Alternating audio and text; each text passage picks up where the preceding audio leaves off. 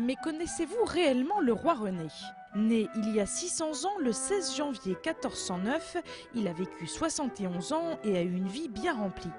On sait de lui qu'il a reçu en héritage les royaumes de Naples, de Sicile, de Provence et de Jérusalem, et qu'il aimait voir du pays.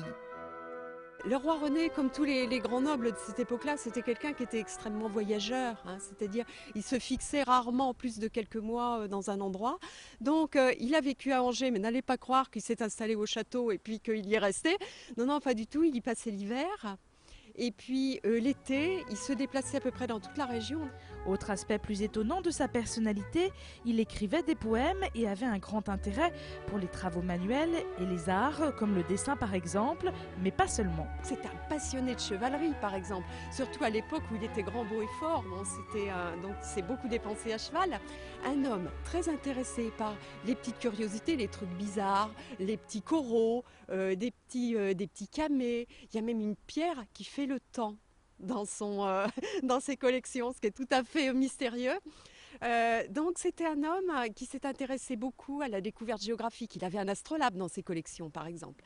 C'était un homme qui était très très intéressé par la géographie, par les sciences. Du côté des amours du roi René, sachez qu'il a eu 2 épouses et 4 enfants de son premier mariage avec Isabelle de Lorraine. C'est d'ailleurs avec elle qu'il a demandé à être enterré. Un grand romantique, ce roi René. Mais d'où lui vient ce surnom de bon roi René? Il semblerait que ce soit une invention de la fin du XVIIIe siècle.